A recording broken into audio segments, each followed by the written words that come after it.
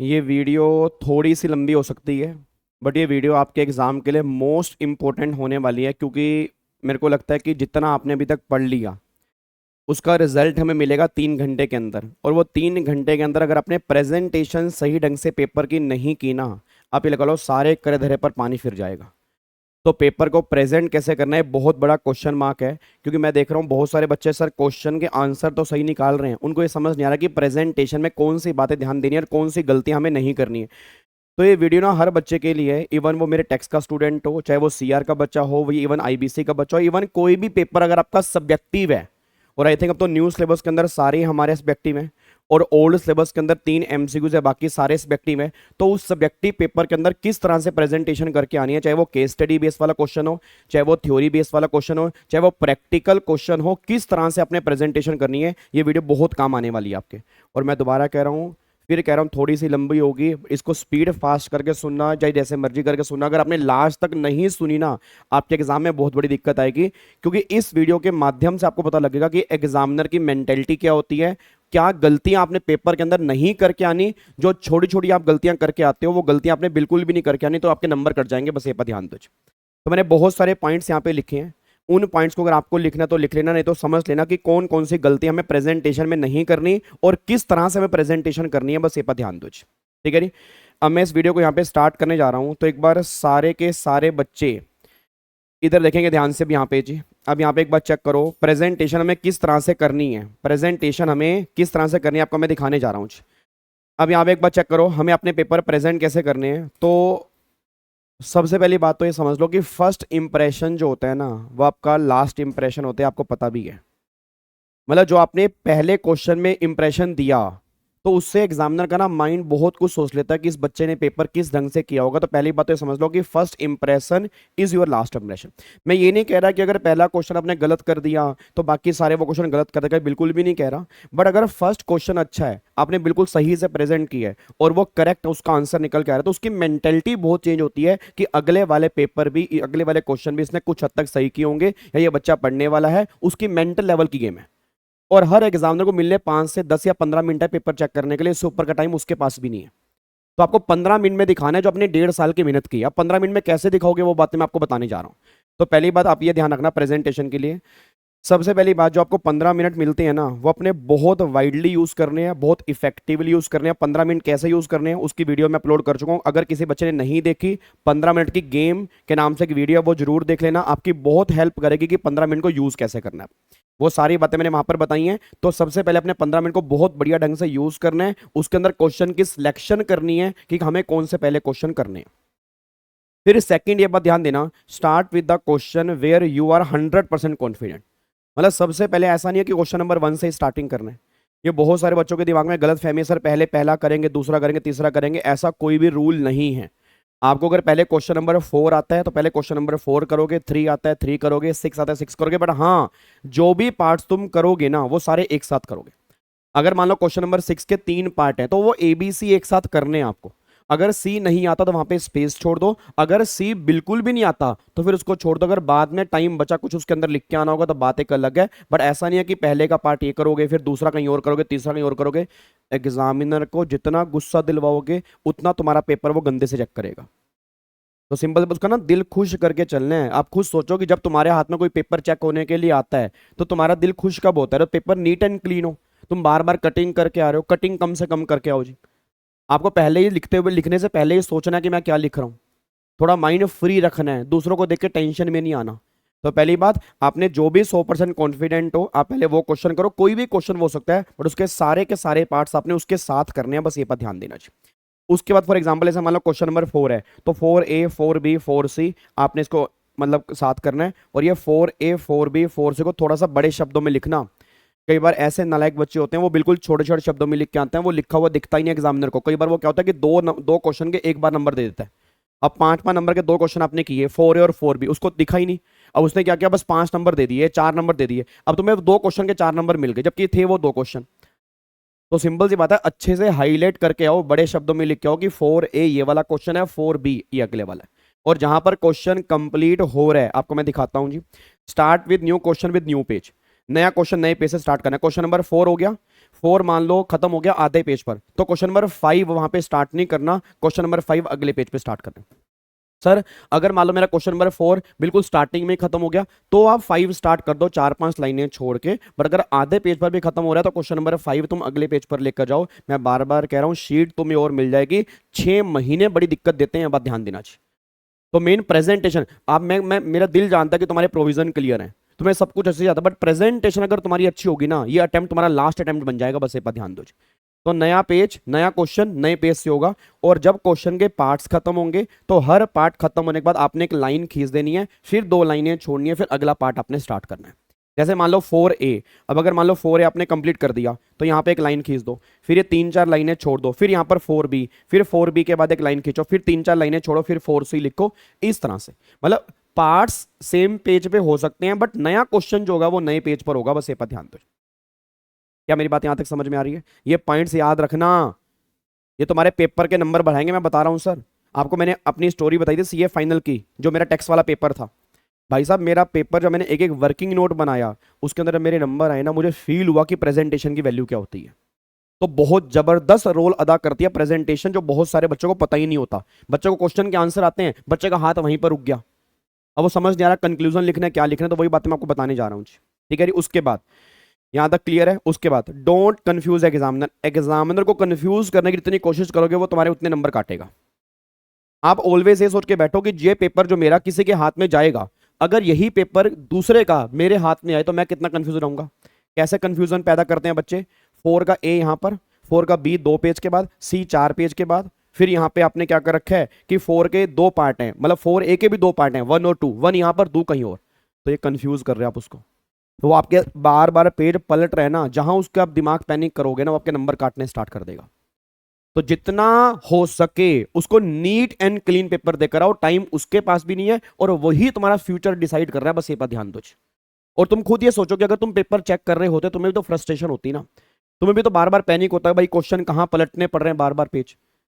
तो वही मैं कह रहा हूं कि उसको कंफ्यूज करने की कोशिश मत करो, रीड प्रॉपरली, क्वेश्चन को प्रॉपरली रीड करो, जो पूछा है वही देकर आओ। बहुत सारे बच्चे मैंने कहा ना कंफ्यूज कैसे करते हैं, उसने पूछा है फॉर एग्जांपल, देखो मैंने यहाँ पे क्या लिखा है, एग्जाम में क्वेश्चन आ गया टेक्स्ट में कि मान लो ई इनवॉइस के एग्जामिशन के हैं, कि ई इनवॉइस कहाँ पे इशू नहीं करना। याद है वो जीटीए वाला केस हो गया, सिनेमा हॉल वाला केस हो गया, अगर आपको थोड़ा बहुत याद आ रहा हो, इंश्योरेंस कंपनी, बैंकिंग कंपनी। अब लिख के आनी है एग्जामिशन कि कहाँ ई इनवॉइस इशू नहीं करना, किस केस में एग्जामिशन है। बच्चा लिख के आ रहा है ई इनवॉइस होता क्या है, कब इशू करना होता है। भाई साहब वो ये कह रहा है कहाँ इशू नहीं करना। सर हमें तो आता ही वही है, तुम कंफ्यूज कर रहे हो उसको, पहले आधा पे तुम उसमें भर रहे हो, उसके नंबर 0 हैं। तो क्वेश्चन के आंसर के प्रति स्पेसिफिक रहो, उसने पूछा क्या है, जो पूछा है ना बस वो वही मांग रहा है। वो तुम्हारे पेज भरने, ये बीकॉम का एग्जाम नहीं है शीट भरो मार्क्स लो, और तुम वो टेक्निक अभी तक खत्म नहीं कर पा रहे। सर ऑल ओवर इंडिया जो रैंक होल्डर होते हैं उनकी कभी शीट चेक करना, वो बहुत स्पेसिफिक होते हैं, क्योंकि उनका 100 नंबर का पेपर पूरा क्यों हो रहा है, तुम्हारा क्यों पूरा नहीं हो रहा? क्योंकि तुम आधी बातें वो लिख के आ रहे हो जो उसने पूछी नहीं है। जो उसने पूछा अगर वही लिख के आओगे 3 घंटे के अंदर तुम्हारा भी 100 नंबर का पूरा हो जाएगा। और ये मत क्वेश्चन पूछना कि 5 नंबर में कितनी शीट भरनी होती है। जो उसने पूछा है अगर वो आधे पेज में खत्म हो रहा है, 1 पेज में खत्म हो रहा है, तो वही सफिशिएंट है। उसने मांगा इनवॉइस के एग्जामिशन हम देकर आ रहे हैं। हाँ स्टार्टिंग में एक आधी लाइन लिख के आनी, लिखा हो भाई 5 करोड़ के बाद इनवॉइस की रिक्वायरमेंट होती है और यहाँ नहीं इशू करना पड़ता, वो एक लाइन चल सकती है। बट तुम आधा पेज पहले भर के आ रहे हो और फिर तुम एग्जामिशन लिख के आ रहे हो, वो नीचे पहुंचेगा बाद में, वो तुम्हारा ऊपर ही तुमने उसको गुस्सा दिलवा दिया, वो तुम्हारे नंबर काटने स्टार्ट कर देगा। अब मान लो आईबीसी में कोई क्वेश्चन आ गया, पिलर्स ऑफ आईबीसी, आईबीसी के पिलर्स क्या क्या हैं। अब तुम पहले आईबीसी की हिस्ट्री बता रहे हो उसको, फिर तुम पिलर्स पे आ रहे हो, वो नंबर तुम्हारे काट लेगा। सेम टाइप्स ऑफ अगर मर्जर पूछे हैं तो भाई मर्जर के टाइप्स पूछे हैं उसने, अमलगामेशन क्या होता है, मर्जर क्या होता है, डी मर्जर क्या होता है, उसने डेफिनेशन नहीं पूछी। वो कह रहा है मर्जर के टाइप्स बताओ, काम खत्म करो। उसके पास भी टाइम कम है, तुम्हारे पास भी उतना ही टाइम है जितना उसके पास टाइम है, उतने टाइम में वो तुम्हारा फ्यूचर डिसाइड कर रहा है। तो क्वेश्चन के प्रति बहुत स्पेसिफिक रहो। सबसे पहले चेक करो रिक्वायरमेंट, उसने मांगा क्या, जो मांगा है ना उस पर हमारा फोकस होना चाहिए। जो नहीं मांगा बिना बात के तुम टाइम वेस्ट कर रहे हो, तभी तुम्हारा पेपर 100 नंबर का पूरा नहीं होता। ठीक है जी। उसके बाद पॉइंट वाइज प्रेजेंटेशन, कोशिश करना पॉइंट वाइज प्रेजेंटेशन हो, मतलब पैराग्राफ को इग्नोर करना, क्योंकि बहुत सारे बच्चे पैराग्राफ में लिख के आते हैं। नहीं, जितने पॉइंट्स आप बना के आओगे, छोटे छोटे पॉइंट्स बना के आओगे, उतने नंबर आपको बढ़िया से मिलेंगे। और अगर तुम्हें पॉइंट्स याद नहीं आ रहे, फिर छोटे छोटे पैराग्राफ हो, बड़े बड़े पैराग्राफ ना, वो तुम्हारे नंबर काट लेगा। मैंने कहा ना, मान लो एक पॉइंट आ गया, एक लाइन छोड़ दी, सेकंड पॉइंट आ गया, थर्ड पॉइंट आ गया, शीट तुमने घर से तो लेके जानी नहीं, शीट तुम्हें वहां से मिलेगी, बट ऐसा भी नहीं कि तुम 3-3 लाइनें छोड़ रहे हो, मतलब देखने वाले को लगे कि तुमने पेपर में फिजूल शीट भी वेस्ट नहीं की है। तो छोटे छोटे पॉइंट्स आपने बना के आने हैं, पैराग्राफ अवॉइड करने हैं, की पॉइंट्स को हाईलाइट करो अगर टाइम तुम्हारे पास है, साथ साथ पेंसिल से अंडरलाइन करते रोज। और जो पेन तुम्हें लेके जाना है वो पेन तुम्हें पता है, गलती से लाल पीले हरे नीले वो ये इंद्रधनुष मत बना के आ जाना जो तुम क्लासेस के अंदर करते हो। कोई स्केच पेन यूज करके मत करना, बिना बात के पेपर कैंसिल हो जाएगा तुम्हारा। जो उसने पेन इंस्टीट्यूट की गाइडलाइंस होती है उसमें जो पेन उसने बोला है वही पेन लेके जाना है बस। पेंसिल तुम यूज कर सकते हो, पेंसिल से अंडरलाइन करो, साथ साथ हाईलाइट करो की पॉइंट्स। अगर सेक्शन नंबर पता है सेक्शन नंबर लिखो, गलत मत लिख के आना, गलत सेक्शन लिख के आओगे वो पूरे नंबर काट लेगा। तुम प्रोफेशनल एग्जाम दे रहे हो, बीकॉम का एग्जाम नहीं दे रहे, मैं बार बार कह रहा हूँ। बहुत सारे बच्चों के फेल होने का रीजन ही है ये, तो मैं बातें बोल रहा हूँ वो बातें एग्जाम में फॉलो नहीं करके आते। जहां सेक्शन याद है वहीं लिख के आओ, नहीं याद है छोड़ दो, आधा नंबर कटेगा, बट अगर गलत लेके आ गए पूरा नंबर कट जाएगा। केस लो का नाम याद है लिख के आओ, गलत केस लो का नाम लिख के आओगे पूरे क्वेश्चन पे वो काटा मार देगा। ठीक है जी। उसके बाद proper margin after each point, margin आपको देना है, अंडरलाइन करने हैं मेन पॉइंट्स को, मैंने आपको बता दिया। अगर आपको मेन पॉइंट लग रहा है उसको अंडरलाइन करके आ जाओ जी। फिर इन केस अगर केस स्टडी बेस वाला क्वेश्चन है तो पहले प्रोविजन लिखो कि जो वो केस स्टडी है पहले उसको ध्यान से पढ़ो किस प्रोविजन से रिलेटेड है। अब बहुत सारे बच्चे केस स्टडी पढ़ी, आंसर समझ में आ गया यस या नो, तो यस या नो तो कंक्लूजन है। ये क्वेश्चन का आंसर तुम्हारे दिमाग में किस प्रोविजन के बेस पर आया, पहले वो प्रोविजन लिखना जरूरी है। टैक्स के अंदर भी प्रोविजन बेस वाले क्वेश्चन बनते हैं, लो बेस वाले क्वेश्चन बनते हैं, तो पहले आपने पूरा प्रोविजन लिख के आना है उसका।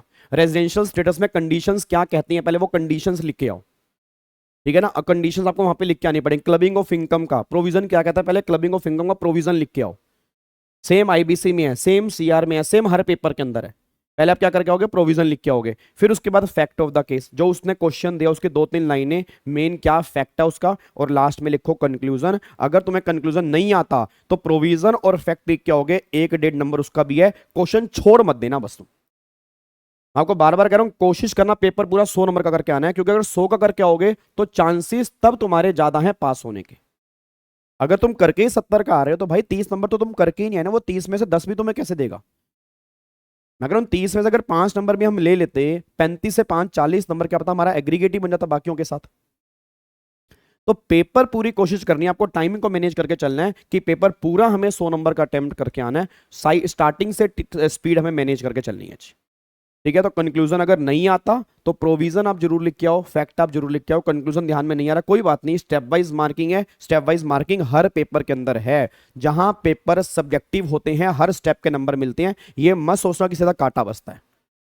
तो तुम्हें स्टेप वाइज नंबर मिलेंगे, 100% मिलेंगे। जितने स्टेप्स तुम्हारे सही होंगे उतने स्टेप्स के नंबर तुम्हें जरूर मिलेंगे। तो ये अपने दिमाग में लेके चलना कि ऐसा नहीं कि वो आंसर ही चेक कर रहा है, जितने भी स्टेप्स तुम सही करके आ रहे हो हर स्टेप के तुम्हें नंबर दिए जा रहे हैं। उसके बाद जी, you can not use short form. आपको एग्जाम में शॉर्ट फॉर्म यूज नहीं करने। कई बार बच्चे पूछते हैं सर क्या हम शॉर्ट फॉर्म यूज कर सकते हैं, जैसे मान लो फॉर एग्जांपल एजीएम है तो एनुअल जनरल मीटिंग पूरा लिख के आओ। ठीक है, यू को ऐसे यू नहीं लिख के आना। Income from HP, income from house property पूरा लिख के आओ। एमएनए तो मर्जर एंड अमेलगमेशन, मतलब ये मेरी तरफ से बिल्कुल मना है शॉर्ट फॉर्म यूज करना। आपके 1 सेकंड एक्स्ट्रा लगेगा बट बिना बात के वो नंबर काट लेगा। सर हमारा करियर की बात है, 6 महीने हम दोबारा से बर्दाश्त नहीं कर सकते बस। तो अवॉइड करो शॉर्ट फॉर्म लिखना, अवॉइड करो बिल्कुल ही। जब टाइम ही नहीं है तो बात एक अलग है, बट अगर तुम्हें लग रहा है कि भैया मैं जगह जगह शॉर्ट फॉर्म लिख रहा हूं तो उसको समझ में नहीं आने वाला। OIDAR, online information database access and retrieval service, ये पूरा लिख के आओ। ठीक है ना, GST काउंसिल, तो कई बार GSTC लिख देते हैं बच्चे, GST काउंसिल पूरा लिख के आओ। तो जहां जहां भी तुम्हें लग रहा है कि मैं शॉर्ट फॉर्म लिख रहा हूं, 2 सेकंड लगेंगे, 2 मिनट लगेंगे, उसके पहले पूरा फुल फॉर्म लिखो। शॉर्ट फॉर्म आपको इग्नोर करनी है, बस ये पर ध्यान देना। शॉर्ट फॉर्म नहीं लिखनी, नंबर काट लेगा वो आपके। उसके बाद अगर प्रैक्टिकल क्वेश्चन है तो पहले प्रैक्टिकल क्वेश्चन की रिक्वायरमेंट चेक करो, उसने पूछा क्या। नेट टैक्स लाइबिलिटी पूछी है, नेट टैक्स लाइबिलिटी तो TDS माइनस करना पड़ेगा, एडवांस टैक्स माइनस करना पड़ेगा बाद में। बिल्कुल याद करो, स्टार्टिंग में मैंने 18 स्टेप किए थे कि नेट टैक्स लाइबिलिटी कैसे निकालते हैं। उसने टैक्स लाइबिलिटी पूछी है, ग्रोस टैक्स लाइबिलिटी तो TDS और एडवांस टैक्स माइनस नहीं करना। उसने टोटल इनकम पूछी है तो दिमाग में 5 हेड चलने चाहिए। तो पहले तो रिक्वायरमेंट चेक करो। फिर प्रैक्टिकल क्वेश्चन की टेबल फॉर्म प्रेजेंटेशन होती है। हमने क्लास में बहुत सारी टेबल्स, बहुत सारी प्रेजेंटेशन हमने क्लास में डिस्कस की हैं, इवन भर भर के हमने अभी प्रैक्टिस की है, और सारे क्वेश्चन बैंक मैंने आपको दिया, उसके अंदर सारी प्रेजेंटेशन बिल्कुल साथ में है। CS वाले मॉड्यूल से भी की, CA वाले मॉड्यूल से भी की है, साथ साथ प्रेजेंटेशन दी हुई है। तो वही टेबल फॉर्म प्रेजेंटेशन आपको फॉलो करके आनी है। प्रैक्टिकल क्वेश्चन में टेबल फॉर्म, टेबल बनाना जरूरी है, बिना टेबल के प्रेजेंटेशन मत करके आना। स्केल से टेबल बनाने में 2 मिनट लगेंगे, नहीं तो वो तुम्हारे नंबर काट लेगा। ठीक है जी। उसके बाद वर्किंग नोट्स जरूरी हैं, बहुत सारे बच्चे वर्किंग नोट्स बना के नहीं आते। अब वर्किंग नोट्स क्या होता है, जैसे मान लो फॉर एग्जांपल सैलरी निकाली आपने, बच्चा कह रहा है सैलरी 3 लाख, 3 लाख कैसी आई, 3 लाख कैसी आई, मान लो 20,000 मल्टीप्लाई, मान लो 8 महीने की थी, 1,60,000 थी, और बाकी एक 40 थी फॉर एग्जाम्पल 7 महीने की अलग तरीके से, तो वो उसको दिखा के आओ वो 3 लाख कैसे आई। सर ये तो उसको पता ही होगा ना भाई साहब, मैं एक बात मेरी मान लेना। देखो मैंने लास्ट में क्रक्स लिखा है कि आपको 3 घंटे के अंदर अपने खुद की मार्केटिंग करके आनी है कि तुम्हें कितना आता है। उसको नहीं पता, उसको तो तुम अनपढ़ समझो भाई, वो पढ़ा लिखा है, बहुत तुमसे पढ़ा लिखा है, कई गुना पढ़ा लिखा है, बट इस मामले में उसको अनपढ़ समझो। इस मामले में उसको तुम्हें बताना है कि तुम कैसा लिख के आ रहे हो। हर एक वर्किंग नोट के नंबर हैं, हर एक वर्किंग नोट के नंबर है। जब मैंने अपने पेपर दिया टैक्स का भाई साहब, एक एक सिंगल सिंगल कैलकुलेशन मैंने उसको शो की थी कि मैंने कैलकुलेशन ये की कैसे है। मैं अपने मन में कुछ भी नहीं छुपा के आया था। मेरे मन में ना पेपर के बाद ये चीज नहीं थी यार, ये चीज मैंने उसको बताई नहीं, या ये मैंने सोचा ही नहीं, ये बात तो उसको पता ही होगी। नहीं पता भाई उससे कुछ, अगर उसको तो सारा कुछ पता ही है, उसके सामने आंसर है, तुम उसे क्या बताने की कोशिश कर रहे हो? फिर वो तुम्हारा पेपर ले क्यों रहा है? वो इसलिए तो ले रहे हैं ना कि भाई तुम्हारे दिमाग में क्या चीज चल रही है वो तुम्हारे दिमाग में नहीं घुस सकता, वो तुम्हें बता के आनी है कि कैसे, क्या ये कैलकुलेशन तुम्हारी कैसे आई है। और इतना टाइम होता है जिसने घर से प्रैक्टिस की है, इतना टाइम होता है सर, हमने भी पास की है। हम, मेरे टाइम के तो अंदर 6% रिजल्ट था, और तो भी हमारे, मतलब अगर मैं बात करूंगा सीए फाइनल की, डायरेक्ट टेक्स के अंदर आपको मैंने पहले भी कहा था 84 मार्क्स मेरे थे, तो हमारे भी 70 मार्क्स 80 मार्क्स हमारे भी आए हैं। ठीक है, तो वो बात एक अलग है कि आप जितनी प्रैक्टिस आप करके जाओगे उतना आपके लिए इजी हो जाएगा, बट अब इतना टाइम प्रैक्टिस करने का है नहीं, जो आपने कर ली वो कर ली, और समझाते समझाते 1.5 साल हो गया, 1 साल हो गया, यही बात बोलते बोलते कि प्रैक्टिस जरूरी है जी। बट अब कोई दिक्कत वाली बात नहीं, घबराना बिल्कुल नहीं है अभी। ठीक है, मैं कह रहा हूं अभी भी हमारे पास 5 दिन बचे हैं, 5 दिन के अंदर प्रैक्टिस तो नहीं हो सकती, बट कम से कम प्रेजेंटेशन को हम थोड़ा चेंज कर सकते हैं कि हम अपने अंदर ये मोटिवेशन लेकर आए कि हम जो क्वेश्चन लिख कर आएंगे अपनी लाइफ का सबसे बेस्ट लिख कर आएंगे, इससे बेस्ट कुछ भी नहीं हो सकता जी। ठीक है जी। और आपको जो अगर क्वेश्चन में एजम्पशन लेनी पड़ती है, एमसीक्यूज में तो एजम्पशन नहीं ले सकते, बट बड़े बड़े क्वेश्चन में एजम्पशन लेनी पड़ती है, तो एजम्पशन क्लियरली बड़े शब्दों में लिख के आओ। क्वेश्चन साइलेंट है, तुमने क्वेश्चन किया 115 बीएससी से, तो लिख के आओ ना कि 115 बीएससी मैंने यूज किया है। तुम लिख के भी नहीं आ रहे और क्वेश्चन भी कर उसको सपने थोड़ा आएंगे। तुमने किया नॉर्मल स्कीम से, लिख के आओ ना फिर नॉर्मल स्कीम से किया। तो आप जिस तरह से क्वेश्चन कर रहे हो, तुमने दिमाग में सोचा, जो तुमने सोचा वो लिख के आना है बस। सोचने से काम नहीं चलेगा, जो तुम सोच के मन में रख के आ रहे हो फिर अगले 6 महीने तुम्हें दोबारा देने पड़ेंगे, फिर तुम्हें लिखना पड़ेगा, फिर तुम्हें नंबर मिलेंगे, और फिर तुम वही बात करोगे सर आपने बातें बिल्कुल सही बोली थी। क्योंकि मैं देखता हूं बहुत सारे बच्चे ये वीडियो देखते ही नहीं है सर, उनको ये नहीं पता ये वीडियो उस पढ़ाई से भी काम किया जो हमने 9 महीने की है। क्योंकि 9 महीने का करा धरा 3 घंटे में शो होता है, और वो कैसे शो होता है, वो इस तरह से शो होता है, जितना पेपर हम बेस्ट देकर आएंगे उतने नंबर हमारे एडिशनल, कम से कम 10 से 15 नंबर हमें एक्स्ट्रा मिलते हैं प्रेजेंटेशन के। तो लास्ट में क्रक्स क्या निकल के आ रहा है, self marketing in question paper, examiner don't know anything, उसको नहीं पता कुछ भी, ये एज्यूम करना है अपने हर क्वेश्चन में, उसको कुछ नहीं पता, सारा कुछ हमें खुद बता के आना है उसको जी। और 3 चीजें अगर आपके अंदर हैं तो आपके नंबर आएंगे, कंटेंट अच्छा लिख के आना है, फिजूल का कंटेंट मत घुसा के आना, तुम्हें लग रहा है कि एग्जामिनर पागल है वो तो हमारा उस्ताद है। फिर प्रेजेंटेशन एंड अगर स्पीड, अगर ये तीनों चीजें हैं तो हमारा 100 नंबर का पेपर पूरा होगा, नहीं तो फिर 100 नंबर का नहीं होगा जी। तो ये कुछ बातें हैं, थोड़ी सी वीडियो लंबी है, बट उम्मीद करूंगा आप मुझे जरूर बताना कमेंट बॉक्स के अंदर कि इस वीडियो से आपकी कितनी हेल्प हुई है, और क्या ये बातें आप ध्यान रखोगे नहीं रखोगे जी। क्योंकि मैं चाहता हूं मेरी फैमिली का हर बच्चा इस बार एग्जाम निकाले। भाई मैं तुम्हारे लिए डेली भगवान से प्रार्थना करता हूं, बट वो प्रार्थना भी काम तब आएगी जब तुम खुद भी कुछ करोगे जी। ठीक है, मैं बोलना नहीं चाहता, बहुत सारे बच्चे अभी भी टाइम वेस्ट इतना कर रहे हैं, मैं तुम्हें कुछ कह नहीं सकता, कुछ नहीं कह सकता मैं तुम्हें, उनको अभी समझ नहीं आ रहा, उनको समझ में आएगा 6 महीने के बाद। क्योंकि जब कई कई बार ठोकरें नहीं लगी होती तो उस इंसान को उस ठोकर की वैल्यू नहीं पता होती, जब उसको ठोकर लग जाती है वो कहता है यार गाबा सर की बात में ना कुछ जान थी, वो सही बोलते थे। तो जिनको ठोकरें लग चुकी है उनसे पूछो क्या दर्द होता है, और अगर नहीं लगी ना तो कोशिश करो मत लगे, ये सीख लो इन चीजों को, ये तुम्हारे बहुत काम आएंगी जी। ठीक है जी। तो इस तरह से अपने प्रेजेंटेशन करके आनी है पूरी की पूरी। अगर अभी भी कोई डाउट हो मुझसे पूछ लेना, आई होप आपका एग्जॉस्टिव वीडियो मैंने बता दी, और अगर फिर भी डाउट हो दोबारा सुन लेना, मैंने जो जो बातें बोली हैं ये वीडियो बहुत काम की आपके एग्जाम से पहले, इसको देख लेना, ऐसा ना हो कि तुम एग्जाम के बाद देखो इसको। ठीक है ना, तो ये प्रेजेंटेशन है, हाउ टू प्रेजेंट पेपर कैसे करना है, ये सारी बातें आपके सामने है। ठीक है जी, क्लियर है, पक्का पक्का, all the very very best. छा जाओ, तुम अपना बेस्ट देकर आओ। और मैंने कहा ना, जब तुम थक जाओ अपने पेरेंट्स को बस एक बार याद कर लेना, वो हमारे लिए कितनी मेहनत कर रहे हैं, हमारा भी फर्ज बनता है कुछ उनके लिए करने का। देखना तुम्हारा रिजल्ट कितना आएगा आज, ठीक है जी। और एक वीडियो 1.5 मिनट की या 2 मिनट की मैं और डालूंगा जो तुम्हारे रोंगटे खड़े कर देगी। एक कविता जिसने मुझे सीए बनाया, जिसको सुन सुन के मैं सीए बना, जो मुझे मोटिवेशन मिला, वही कविता मैंने आपके लिए गाई है। आपने पहले भी सुनी होगी, बट वो मेरी आवाज़ में गाई है मैंने, मेरी नहीं है ऑब्वियसली बात है, बट मैंने गाई है और अपनी पूरी की पूरी फैमिली के लिए गाई है, ताकि तुम्हें मोटिवेशन मिले। वो भी मैं डालूंगा, आप जरूर सुनना उसको हेडफोन लगा के। Thank you so much, God bless you, love you all, जय Hind, thank you so much, bye bye.